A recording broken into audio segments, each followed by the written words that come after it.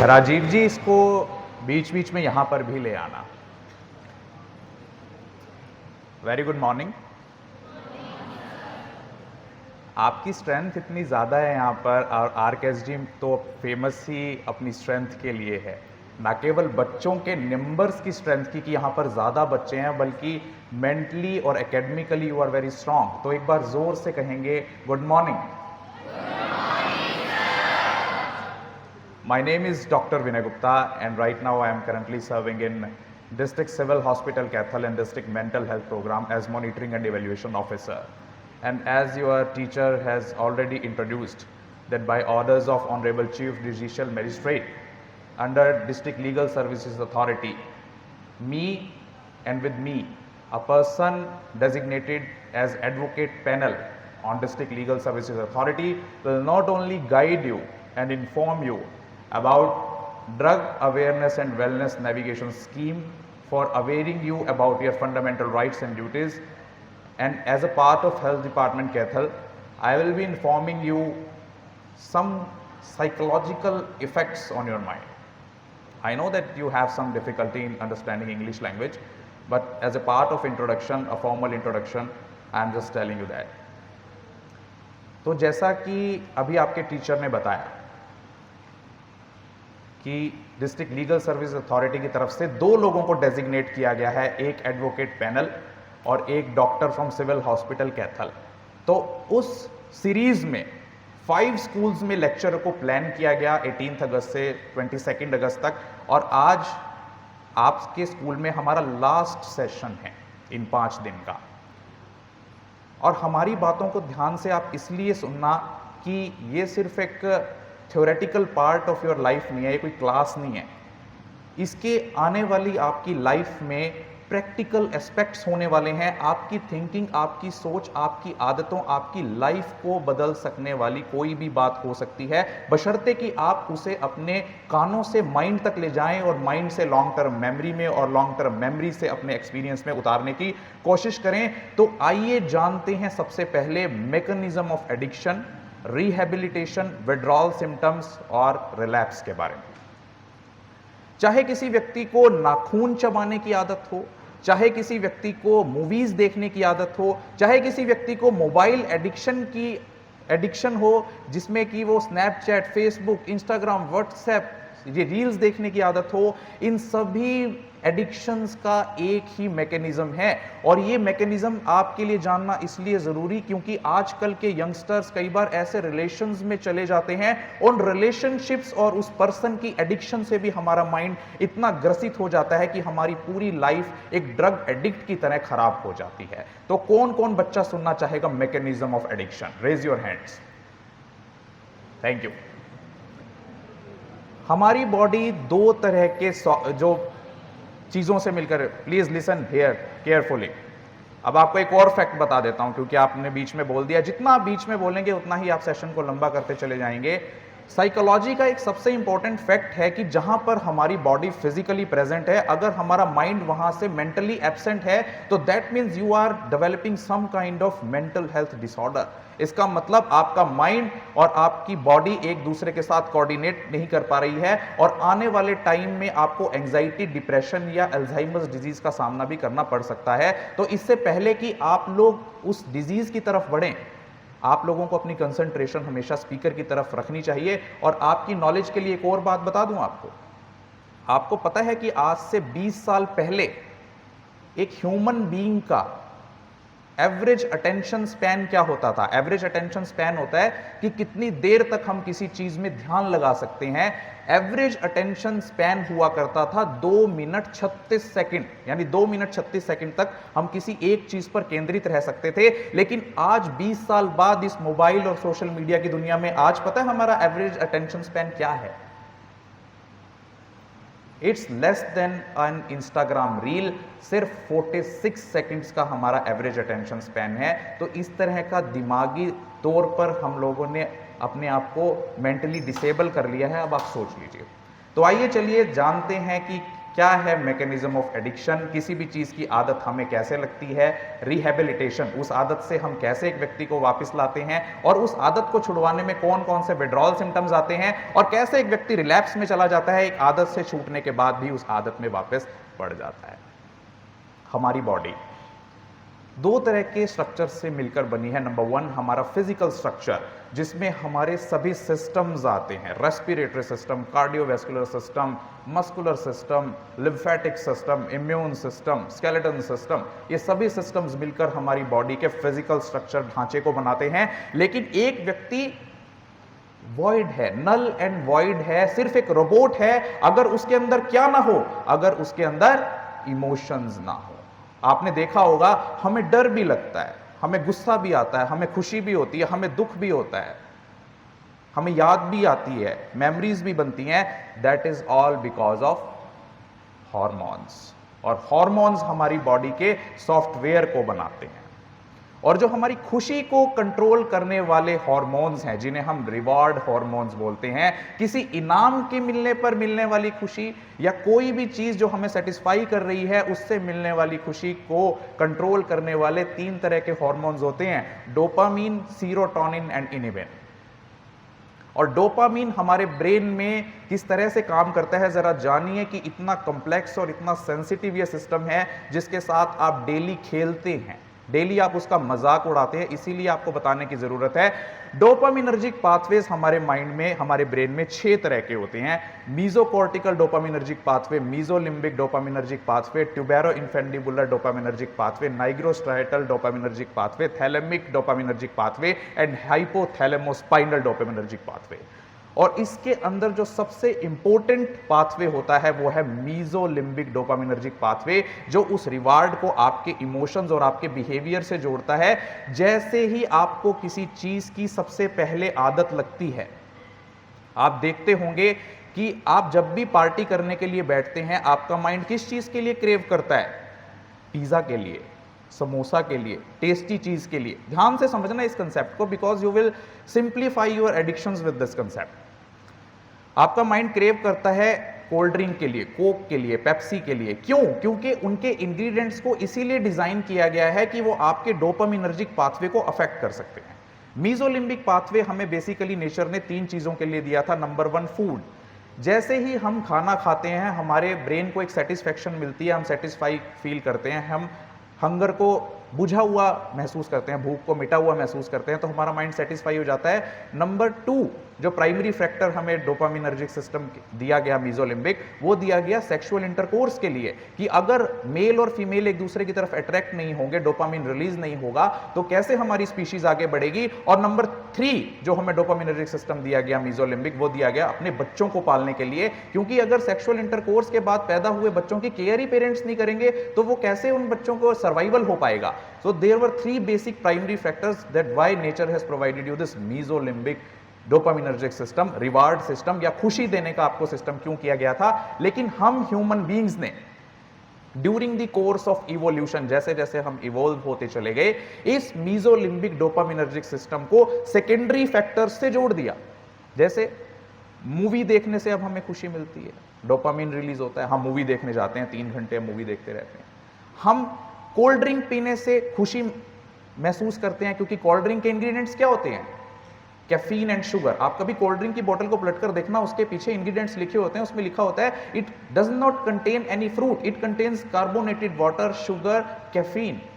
And that is why that mixture of caffeine and sugar has made your mind so addictive to that substance that whenever you have to party, you just remember caffeine and that sugar.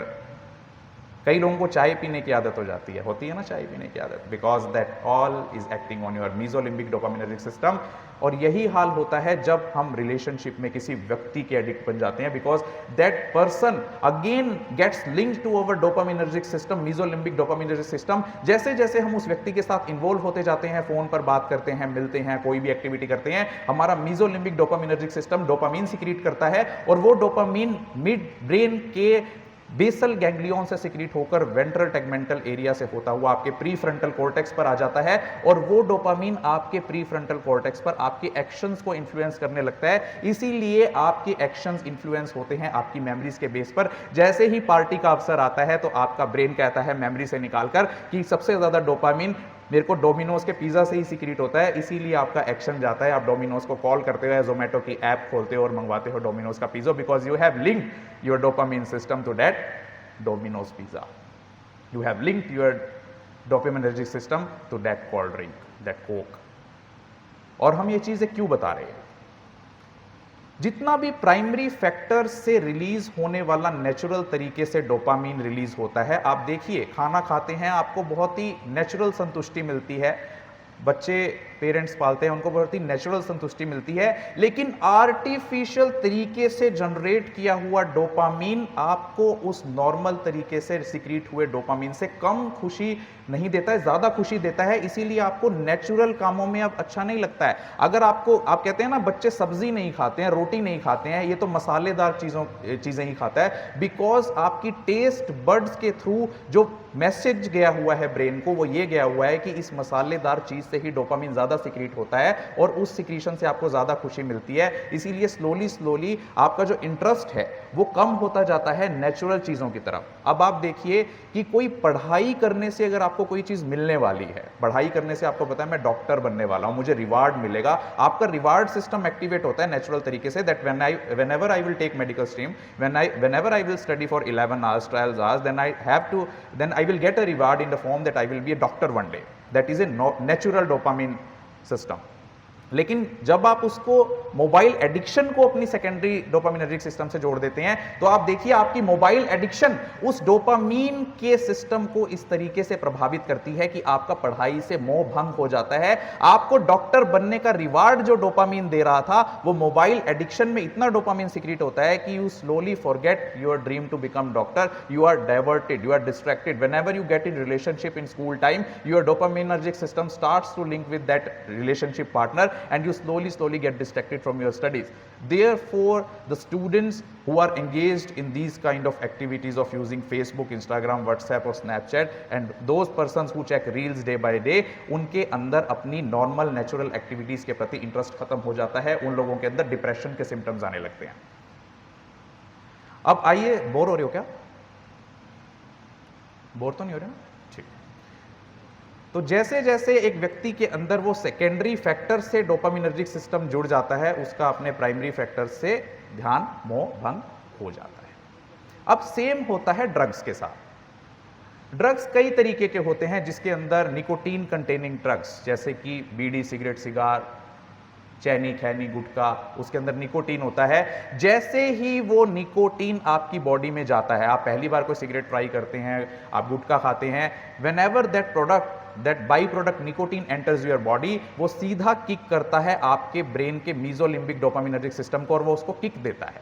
उसका dopamine इतना ज्यादा secrete होता है कि जो normal natural dopamine से कई गुना ज्यादा होता है। और वही होता है शराब के साथ। शराब आपके सेंट्रल नर्वस सिस्टम को भी डिप्रेस करती है और साथ में डोपामिन लेवल को भी इंक्रीज कर देती है। और वही होता है मॉर्फिन, ओपियोइड ड्रग्स के साथ, जिसमें चरस, गांजा, अफीम, चिट्टा, भूकी, ketamine, amphetamine, cocaine, heroin, lysergic acid, diethyl amine, LSD, ये सभी ड्रग्स भी, चाहे वो टोबैको कंटेनिंग हो, अल्कोहल कंटेनिंग हो या फिर मॉर्फिन, ओपियोइड्स हो, जैसे ही आपके ब्लड स्ट्रीम में एंटर होते हैं वो नेचुरल डोपामिनर्जिक सिस्टम से कई ज्यादा डोपामिन को सिक्रीट करते हैं और इतना ज्यादा सिक्रीट करते हैं कि जैसे ही वो ड्रग की कंसंट्रेशन आपके ब्लड के अंदर फॉल होती है, डोपामिन का लेवल फॉल होता है और आप क्रेव करने लगते हैं। आप देखिए, जिन लोगों को सिगरेट पीने की आदत होती है, उनको सिगरेट ना मिले थोड़ी देर, वो किसी फंक्शन में होते हैं, उनको फंक्शन में वो कहते हैं ना मैं 2 मिनट जाकर आया, अभी मैं टॉयलेट जाकर आ रहा हूं, मैं बाहर घूम के आ रहा हूं, मैं सिगरेट पी के आ रहा हूं, उनको तलब लगती है, they crave for that because nicotine level starts falling in their blood and parallelly the dopamine level starts falling in their blood and they try to find out that substance कि कहां है मेरी सिगरेट। और वही हो रहा है vaping के साथ। अभी एक कंसेप्ट आया है वेप, अगर आपने सुना हो तो। वेपिंग एक इलेक्ट्रॉनिक सिगरेट होती है। बच्चे ये सोचते हैं कि ये इलेक्ट्रॉनिक सिगरेट ज़्यादा सेफ है जो वो स्मोकिंग सिगरेट से, लेकिन नहीं, आप लोग बहुत गलती कर रहे हैं। उसके अंदर तो और भी खतरा है, क्योंकि जो इलेक्ट्रॉनिक सिगरेट्स आपको सप्लाई कर दी गई हैं, जिसका आपको एडिक्ट बना दिया गया है, उसके अंदर निकोटीन तो है ही, साथ में उसमें ऐसे फ्लेवर्स डाले गए हैं, स्ट्रॉबेरी फ्लेवर या कोई भी ऐसा फ्लेवर जो कार्सिनोजेनिक है, आपको कैंसर कर सकते हैं। सो दो स्टूडेंट्स हु आर यूजिंग वेप, वो समझ जाएं, क्योंकि हमारी ओपीडी में डेली 15 से 20 पेशेंट जितने भी वेपिंग के आते हैं, सिगरेट स्मोकिंग के आते हैं, उनको कॉन्करेंटली कैंसर भी डिटेक्ट होता है। ये सारा मैं प्रैक्टिकल आपको एक्सपीरियंस अपना बता रहा हूं। तो जैसे ही एक व्यक्ति को उन सब्सटेंस की हैबिट पड़ गई, एक व्यक्ति की हैबिट पड़ गई, या कोई ऐसी एडिक्शन में वो पड़ गया, नाखून चबाता है, आप देखिए नाखून चबाना, उसका छुड़वाना मुश्किल हो जाता है, क्योंकि उसका जो डोपामिनर्जिक सिस्टम है उससे जुड़ गया। जैसे ही आप किसी व्यक्ति के उस सब्सटेंस या उस हैबिट को छुड़वाएंगे, उसके अंदर जो सिम्टम्स दिखते हैं, those are called withdrawal symptoms. Withdrawal का मतलब होता है कि जब हम कोई चीज किसी से विड्रॉ करें। अब आपको एक छोटा सा एग्जांपल देता हूं। एक बच्चा जो खिलौने के साथ खेल रहा है, आप उसका खिलौना छीन लो उससे खिलौना, तो क्या विड्रॉल सिम्टम होगा? रोएगा, चीखेगा, मम्मी मम्मी करेगा, मम्मी मम्मी, अगर बोल सकता होगा तो मम्मी मम्मी बोल लेगा, नहीं रोएगा, चिल्लाएगा, हाथ पैर मारेगा। Same kind of symptoms happen when any person is any kind of addiction. जैसे ही आप किसी व्यक्ति की सिगरेट छुड़वाएंगे, शराब छुड़वाएंगे, ड्रग्स छुड़वाएंगे, तो उसकी बॉडी दो तरह के सिम्टम्स शो करती है। नंबर 1 फिजियोलॉजिकल विड्रॉल सिम्टम्स और physical withdrawal symptoms, and number 2 psychological withdrawal symptoms और mental withdrawal symptoms. Physical withdrawal symptoms या फिजियोलॉजिकल विड्रॉल सिम्टम्स का मतलब होता है कि उसकी बॉडी रिस्पॉन्स शो करना शुरू करती है। सिर दर्द होगा, पेट में दर्द होगा, चक्कर आएंगे, अकड़न होगी, जकड़न होगी, बुखार सा फील होगा, हरारत सी फील होगी, थकावट सी फील होगी, या कई लोग जो बहुत ही ज़्यादा उस चीज़ के एडिक्ट हो गए हैं, उनको तो चक्कर ही आने लगे, गिर जाते हैं, वो खड़े ही नहीं हो पाते हैं वो। That all are physical withdrawal symptoms. और साइकोलॉजिकल विड्रॉल सिम्टम्स वो जो माइंड से जनरेट होते हैं, जैसे तरह तरह की आवाज़ें सुनाई देना। मेरे पास कई ओपीडी में पेशेंट्स आते हैं जिनको कई दिनों से अफीम नहीं मिली, चरस नहीं मिली, गांजा नहीं मिला, बुक्की नहीं मिली, स्मैक नहीं मिला। वो आकर कहते हैं, डॉक्टर साहब हमें आवाज़ें सुनाई देती हैं, जैसे कोई हमें हमारे कान में कुछ बोल रहा है। डॉक्टर साहब मुझे कुछ दिखाई देता है, ऐसा लगता है कि मेरे सामने 2 व्यक्ति बैठे हैं जबकि मैं कमरे में अकेला होता हूँ। These are called visual and auditory hallucination, जिसमें एक व्यक्ति का माइंड वो आवाज़ें या वो चीज़ें देखने लगता है जो असलियत में होती ही नहीं। और अब आप कहेंगे कि डॉक्टर साहब हम तो किसी चीज़ का नशा करते ही नहीं, ना तो हम बीड़ी पीते हैं, ना हम शराब पीते हैं, ना हम स्मैक, चिट्टा, बुक्की, अफीम करते हैं, तो आप हमें क्यों बता रहे हो? Why? Are we suffering from any kind of disease? Are we having some kind of mental health disorder? Yes, you have. और उसका सबसे बड़ा रीजन आप लोगों का मोबाइल फोन यूज करना। आप देखिए, कल ही मेरे पास एक पेशेंट आया करनाल से, वो मोबाइल फोन एडिक्ट है बच्चा। पहले वो गेम्स खेलता था, अब वो पैसे लगाकर गेम्स खेलता है। पहले वो इंस्टाग्राम यूज करता था, अब वो इन्फ्लुएंसर्स को फोन करके धमकी देता है पैसे उगाने के लिए, क्योंकि वो ड्रग्स भी लेने लगा है साथ में। जितने भी लोग अर्ली एज से, ऐसा क्यों है कि हम लोग जो मोबाइल यूज कर रहे हैं, हमें पता है कि इसे कैसे यूज करना है, लेकिन आप लोगों को नहीं पता। कोई बताएगा व्हाई? आपने देखा होगा आपके पेरेंट्स भी मोबाइल यूज कर रहे हैं, लेकिन उसका ज्यादा इंपैक्ट आप पर ही क्यों पड़ता है, बच्चों पर? कोई बताएगा why? This is because that controlling power और controlling centre of our brain develops with age. आज होता क्या है कि एक बहुत कम एज से ही बच्चे के हाथ में मोबाइल इंट्रोड्यूस कर दिया जाता है। बच्चा खाना नहीं खा रहा है, ये लो तुम मोबाइल देख लो, या खाना खा लो फिर तुम्हें मोबाइल मिलेगा। उसके रिवार्ड सिस्टम को, डोपामिनर्जिक सिस्टम को आपने मोबाइल से जोड़ दिया। जहां उसको फूड से जोड़ना था, आपने मोबाइल से जोड़ दिया। कम एज में ही आप लोगों को ऐसी ऐसी चीजें आज internet, social media, print media, television media, OTT platforms, web series दिखा रही हैं जो आप लोगों के माइंड के डोपामिनर्जिक सिस्टम से छेड़छाड़ कर रही हैं। आप देखिए कि जो बच्चे आज वेब सीरीज देख रहे हैं वो गालियां दे रहे हैं, वो डबल मीनिंग बातें कर रहे हैं, वो जोक्स क्रैक कर रहे हैं उल्टे सीधे। Why? Because their mind has got adapted to that thing. और एक चीज और बता दूं माइंड के बारे में आपको, जो भी चीज आपका माइंड देखता है, सुनता है, चाहे वो बड़े पर्दे पर ही चल रही हो, आप कभी इसको नोटिस करना, मूवी चल रही है थिएटर में, मूवी चल रही है टेलीविजन में, आपको पता है सामने जो मूवी में है वो रणबीर कपूर है, एक्टर है, उसका काम है एक्टिंग कर रहा है, वो दीपिका है, उसका काम है एक्टिंग कर रही है, वो विलन है, वो मार रहे हैं, वो नकली है सब। लेकिन हमारे माइंड की एक क्वालिटी है कि हर चीज को रियलिटी परसीव करना, उस चीज को रियल मान लेना। इसीलिए इमोशनल सीन आते ही आपकी आंखों से आंसू टप टप बहने लगते हैं, लड़ाई वाला सीन आते ही आपका खून उबलने लगता है। और यही ठीक होता है आपकी इंस्टाग्राम और स्नैपचैट की रील्स से, जहां 3 घंटे की मूवी में आपके माइंड को रिलैक्स करने का टाइम मिलता है। एक सीन 10 मिनट का लव मेकिंग सीन चल रहा है और एक सीन 10 मिनट का फाइट वाला सीन चल रहा है। Your brain has got time to relax, your brain has got time for that transition कि आप लव से निकल के फाइट में आ जाएं। लेकिन जो आपका माइंड इस समय फेसबुक रील्स और इंस्टाग्राम रील्स से किस तरह से प्रभावित हो रहा है, आपको बताऊं? बोर हो रहे हो क्या? जैसे ही आप मोबाइल फोन की स्क्रीन को स्क्रॉल करते हैं, आपने देखा होगा हम अपनी उंगली से ऐसे स्क्रॉल करते हैं कि अगली रील आएगी। जब हम वो प्रोसेस कर रहे होते हैं, that is like pulling handle of A jackpot. आपने जैकपॉट की मशीन देखी होगी टीवी में कि आप हैंडल खींचते हैं, उसके बाद लॉटरी निकलती है, उसमें पैसे निकलते हैं।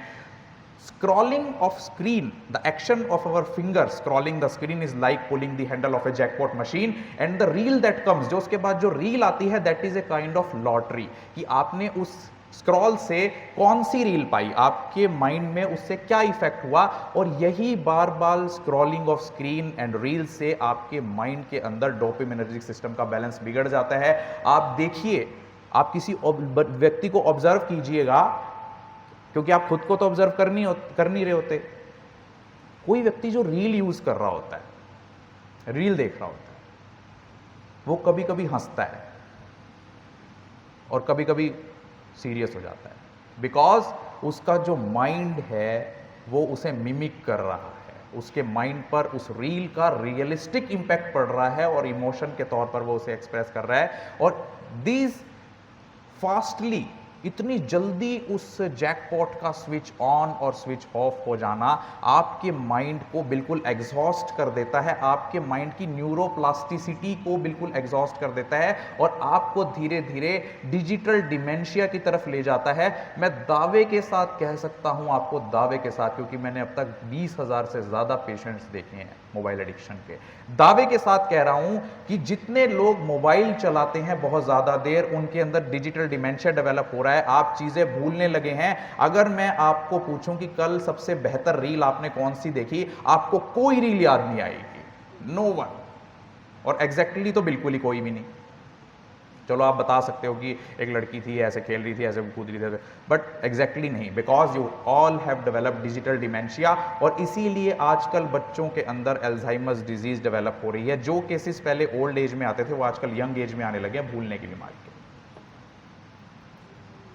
और आपका बिहेवियर बिल्कुल मैनिपुलेट हो चुका है। आप पेरेंट्स के साथ बदतमीजी से बात करते हैं, आप टीचर्स के साथ बदतमीजी से बात करते हैं, आप खुद के प्रति भी इररेस्पॉन्सिबल हो, because your mobile has taught you that. चलिए, तो अब बात करते हैं हम विड्रॉल सिम्टम्स को छुड़वाने के लिए 2 तरीके का हम यूज करते हैं। Number 1 counselling and number 2 medication with counselling. किसी व्यक्ति को अगर मोबाइल एडिक्शन है, ड्रग एडिक्शन है, तो उसके एडिक्शन से उसको उसकी वापस असली स्टेज में लाने के लिए हम उसे समझाने का प्रयास करते हैं, क्योंकि हम साइकेट्रिस्ट जो होते हैं वो पूरी कोशिश करते हैं कि किसी व्यक्ति को दवाई ना देनी पड़े, वरना इसका दिमाग दवाइयों पर डिपेंड ना हो जाए कहीं। लेकिन हमें लगता है कि नहीं छोड़ रहा है, इसको नहीं हो रहा है, ये मोबाइल नहीं छोड़ पाएगा बिना दवाइयों के, तो फिर उनको दवाई भी देनी पड़ती है उसको काउंसलिंग के साथ। भाई समझा भी रहे हैं, अभी छोड़ दे, उसके साथ में दवाई भी दे रही है, भाई दवाई ले लिया कर। तो counselling plus medication and counselling are the techniques through which we handle any kind of addiction. और उसके अंदर हम करते क्या है, उसके विड्रॉल सिम्टम्स सप्रेस हो जाएं और उसको उस चीज़ से दूर कर लें जिससे कि अल्टीमेटली उसकी एडिक्शन छूट जाए, और जब वो अपनी आदत को छोड़कर अपनी लाइफ में वापस आ जाता है, उस प्रोसेस को कहते हैं रिहैबिलिटेशन, यानी we have rehabilitated that person in his or her original life form. और एक चीज़ और समझना, अब मान लो कोई व्यक्ति नशे की तरफ गया ही इसलिए था कि उसके घर में गरीबी है, उसके मम्मी पापा लड़ते थे, उसके मम्मी पापा का डिवोर्स हो गया था, वो अनएम्प्लॉयड था, नौकरी चली गई थी, पैसे नहीं है, सब कुछ लूट गया, बिक गया। अब वो बेचारा रिहैबिलिटेट होने के बाद भी अपनी लाइफ में जब वापस जाता है तो उसकी गरीबी तो वहीं पर है, उसके मम्मी पापा तो वैसे ही लड़ रहे हैं, उसके पास तो नौकरी है ही नहीं, उसका तो सब कुछ लुटा हुआ है, बिका हुआ है, और फिर से वो अपनी पुरानी संगत में जाता है, उनके बीच बैठता है, और फिर से वो शराब, अफीम, चरस, गांजा, फूकी, सिगरेट के विशियस सर्कल में घुस जाता है, और उस प्रोसेस को कहते हैं रिलैप्स, यानी वो फिर से उस विशियस सर्कल में और उस नशे में पड़ गया। तो आपने आज जाना mechanism of addiction, withdrawal symptoms when we withdraw some kind of addictive substance, what is rehabilitation and what is relapse। Bore हो रहे हो क्या? चलिए, पिग्मेलियन इफेक्ट के बारे में सुनना है या यहीं पे खत्म करें? कौन कौन पिग्मेलियन इफेक्ट के बारे में सुनना चाहता है? टीचर्स नहीं सुनना चाहते? चलिए चलिए, अब हम, टाइम है ना, टाइम है ना, तो आइए अब हम चलते हैं पिग्मेलियन इफेक्ट की तरफ से। हमारे ब्रेन की एक क्वालिटी होती है, समझना, एक होता है सेल्फ बिलीफ, यानी खुद के ऊपर कोई भरोसा कि मैं कुछ कर सकता हूं, और एक होता है दूसरों का हमारे प्रति बिलीफ कि दूसरे हमारे बारे में क्या सोचते हैं, और यही चीज को एक्सप्लेन करता है पिग्मेलियन इफेक्ट, जिसके अंदर जब दूसरे आपसे कुछ बिलीव करते हैं, उनके एक्शंस इन्फ्लुएंस होते हैं आपके प्रति उनके बिलीफ के अनुसार, और आप उस एक्शंस को रिफ्लेक्ट करते हैं, मिमिक करते हैं, रेसिप्रोकेट करते हैं, और उसी तरह का आउटपुट देते हैं, और वो आउटपुट उस बिलीव करने वाले को, जो दूसरा आदमी है, उसके बिलीफ को और स्ट्रॉन्ग बनाता है, उस बिलीफ को, और इस सर्कल को बोलते हैं पिग्मेलियन इफेक्ट। जरा ध्यान से सुनना, 1963 के अंदर हार्वर्ड यूनिवर्सिटी में रोजेंथल नाम का साइंटिस्ट जाता है। वो वहां पर देखता है कि एक लैब के अंदर, एक पिंजरे में 100 चूहे होते हैं, वाइट चूहे, और उस लैब की कुछ ट्रेनर्स और केयर गिवर्स देख रेख करते हैं, उन चूहों की केयर करते हैं, ट्रेन करते हैं। रोजेंथल ने क्या किया, उन 100 चूहों में से 50 चूहों को अलग कर दिया, एक पिंजरे में रख दिया, और 50 चूहों को दूसरे पिंजरे में रख दिया। एक पिंजरे पर लिख दिया 50 चूहों के डम्ब रैट्स, नालायक चूहे, और एक पिंजरे पर लिख दिया इंटेलिजेंट रैट्स, स्मार्ट चूहे, होशियार चूहे। अब रैट्स को थोड़ी ना पढ़ना आता है, उन्होंने लिख दिया, किसी ने लिख दिया।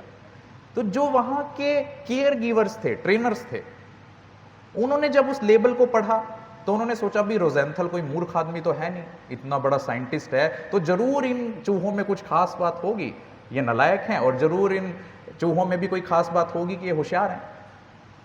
उन ट्रेनर्स और केयर गिवर्स ने उन चूहों के प्रति ऐसा बिलीफ बना लिया कि ये इंटेलिजेंट है और ये नालायक है, और पूरी ट्रेनिंग और उनकी पूरी केयर उनके इस बिलीफ के साथ चली। 1 साल बाद जब रोजेंथल वापिस उस लैब में लौटता है और उनका टेस्ट करता है, मेज टेस्ट करता है। मेज होता है, जैसे आपने अपनी ज्योमेट्री पर देखा होगा कि एक बॉल होती है, उस पजल में आप घुमाते रहते हैं जब तक वो बॉल लास्ट में नहीं पहुंच जाती, टिल्ट करते रहते हैं, सुना देखा है आपने, वो ज्योमेट्री के ऊपर होता है, टिफिन में होता है। तो उन चूहों को मेज में छोड़ दिया, भूल भुलैया में छोड़ दिया, तो उसने पाया कि जिसके ऊपर उसने नालायक चूहे लिखा था, वो चूहे वास्तव में नालायक हो गए, और जिसके ऊपर इंटेलिजेंट चूहे लिखा था वो वास्तव में इंटेलिजेंट हो गए, वो जल्दी उसको सॉल्व करने लगे, और जो नालायक वाले थे वो बड़ी देर लगा रहे थे उसको, वो स्टूपिड चूहे हो गए। तो ये इंपैक्ट जो आपके बिलीफ का, किसी और के बिलीफ का आपके ऊपर इन्फ्लुएंस होता है, और आप उस इन्फ्लुएंस को रेसिप्रोकेट करते हैं, और दूसरा वो जो प्रोडक्ट निकलता है, आउटपुट निकलता है, वो फिर से उसके बिलीफ को रिइंफोर्स करता है। इसे ही बोलते हैं पिग्मेलियन इफेक्ट। और यही एक्सपेरिमेंट जब दोहराया गया बच्चों के साथ सन 1968 में सैन फ्रांसिस्को स्कूल के एक प्रिंसिपल ने कॉल किया रोजेंथल को कि आपने चूहों पर तो एक्सपेरिमेंट कर दिया, हमारे स्कूल के बच्चों के साथ भी करके दिखाइए क्या उनके ऊपर भी लागू होता है। रोजेंथल और जैकब पहुंच गए स्कूल में, उन्होंने 100 बच्चों को छांट लिया, 100 बच्चों को रैंडमली एक टेस्ट पकड़ा दिया, लो बच्चों ये टेस्ट करो, और उन टेस्ट के रिजल्ट्स अपने पास रख लिए। फर्जी सा टेस्ट था वो, उस टेस्ट में कुछ भी नहीं था। टीचर्स को बुलाया, टीचर्स को कहा मैडम ये है 50 बच्चे इंटेलिजेंट, इनका आईक्यू बहुत ज्यादा है, और ये हैं 50 बच्चे नालायक, इनका आईक्यू बहुत कम है। तो उन टीचर्स ने उनको इस तरह से ही इस बिलीफ के साथ ट्रेनिंग और इस बिलीफ के साथ पढ़ाया कि इंटेलिजेंट है और ये नालायक है। सेम तरह की पढ़ाई, सेम तरह की ट्रेनिंग, लेकिन बिलीफ अलग अलग। एक साल बाद रोसेंथल और जैकब जब लौटते हैं तो उन्होंने पाया कि जो इंटेलिजेंट लेबल किए हुए बच्चे थे सेक्शन ए के, उन्होंने अच्छा परफॉर्म किया, और जो नालायक लेबल किए हुए बच्चे थे सेक्शन बी के, उन्होंने बुरा परफॉर्म किया। ये इफेक्ट होता है किसी और के बिलीफ का आपके ऊपर। ये मैसेज है सभी टीचर्स को और पेरेंट्स को, जो किसी भी बच्चे के लिए या किसी भी ग्रुप ऑफ स्टूडेंट्स के लिए एक बिलीफ बना लेते हैं कि ए सेक्शन इंटेलिजेंट है, राहुल इंटेलिजेंट लग रहा है मुझे लेकिन दिव्या नालायक लग रही है मुझे, तो ये परसेप्शन और ये बिलीफ आपकी ट्रेनिंग और टीचिंग को इंपैक्ट करता है, जिससे अल्टीमेटली बच्चे का आउटपुट पर असर पड़ता है। बच्चा भी वैसा ही बिलीफ बना लेगा जैसा बिलीफ आपको है उसके अंदर। तो this is called Pygmalion effect. और इसे पिग्मेलियन नाम क्यों दिया गया? पिग्मेलियन नाम इसलिए दिया गया क्योंकि एक मूर्ति बनाने वाला था, उसने एक मूर्ति को बनाया, स्कल्प्टर था वो, एक मूर्ति को स्कल्प्ट किया, लास्ट में एक बहुत ही सुंदर लड़की की मूर्ति उसने बना दी। उसने इतना मन लगा के उस मूर्ति को बनाया कि उसका बिलीफ था कि ये तो बिल्कुल असली लेडी बन गई, असली औरत बन गई, और यकीन मानिए कि वो मूर्ति जिंदा हो उठी, वो असली औरत बन गई। ये ऐसी कहानी है। और उसने, पिग्मेलियन ने उसके साथ शादी कर ली। So that's why it is called Pygmalion effect, that how the belief of others have an influence on you and how you reciprocate that belief and give a product, and that product again self affirms that belief in the other person. तो इसीलिए अपने अंदर तो belief रखिए ही रखिए, दूसरे के अंदर भी आप बिलीफ रखिए, because high expectations lead to high productivity. तो आपने अब पिग्मेलियन इफेक्ट के बारे में भी जान लिया है। तो आइए मैं अपने सेशन को क्लोज करता हूं थोड़े हमारे हॉस्पिटल के बारे में 2 मिनट की जानकारी देने के बाद। जिस डिपार्टमेंट से मैं हूं, department of secretary, district civil hospital Kaithal, उसके अंदर हमारे पास वेरियस सबऑर्डिनेट डिपार्टमेंट्स हैं। Department number 1 district mental health programme, जो डील करता है वर्ल्ड हेल्थ ऑर्गेनाइजेशन द्वारा क्लासीफाई की गई इंटरनेशनल क्लासिफिकेशन ऑफ डिजीजेस को, चाहे वो बच्चों में होने वाले ऑटिज्म हो या attention deficit hyper activity disorder ADHD, या बड़ों में होने वाला एल्जाइमर्स डिजीज और डिमेंशिया हो। नंबर 2 हमारे पास डिपार्टमेंट है डी एडिक्शन सेंटर, जिसके अंदर हम किसी भी मरीज की एडिक्शन को छुड़वाने की कोशिश करते हैं, चाहे वो बीड़ी, सिगरेट, सिगार, तंबाकू, शराब, चरस, गांजा, अफीम, चिट्टा, बुकी, स्मैक, डोडी, कीटामिन, कोकीन, हीरोइन, एम्फीटामिन या लाइसर्जिक एसिड डाइथाइल अमीन हो। नंबर 3 हमारे पास जो डिपार्टमेंट है वो है टोबैको सेसेशन सेंटर, जिसके अंदर हम किसी भी व्यक्ति की टोबैको कंटेनिंग या निकोटीन कंटेनिंग प्रोडक्ट की आदत को छुड़वाते हैं। नंबर 4 हमारे पास है ओपियोइड सब्स्टिट्यूशन थेरेपी सेंटर, जो उन लोगों का इलाज करने का काम करते हैं जो किसी भी प्रकार के इंजेक्शन से नशा करते हैं, इंजेक्टेबल्स यूज करते हैं एडिक्शन के लिए। नंबर 5 हमारे पास डिपार्टमेंट है एडिक्शन ट्रीटमेंट फैसिलिटी सेंटर, जो सीधा गवर्न करता है all India institute of medical sciences, Akhil Bharatiya Ayurvigyan संस्थान नई दिल्ली। और ये भी किसी भी प्रकार के नशे के मरीजों को ना केवल इलाज मुहैया कराता है, बल्कि ऑल इंडिया जितने भी ATF सेंटर्स इस समय भारत में काम कर रहे हैं उनके साथ इसको जोड़ता है कि अगर आप यहाँ किसी ATF की सेंटर से दवाई ले रहे हैं अपनी एडिक्शन की, तो आप उत्तर प्रदेश में किसी शहर में बने हुए ATF सेंटर से भी अपनी दवाई को कंटिन्यू कर सकते हैं। वो कोऑर्डिनेटेड सेंटर्स हैं।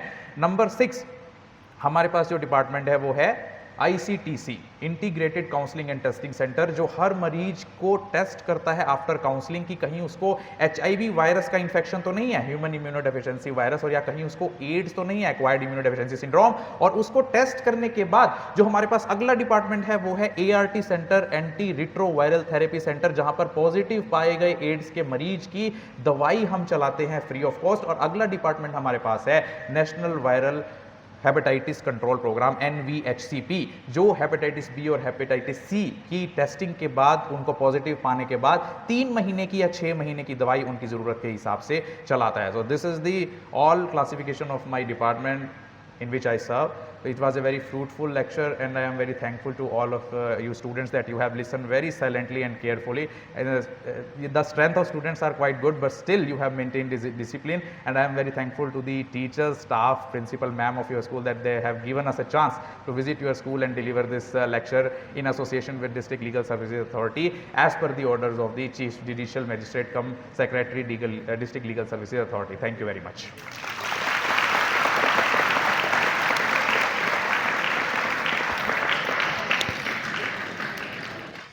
Any questions you have? Any query?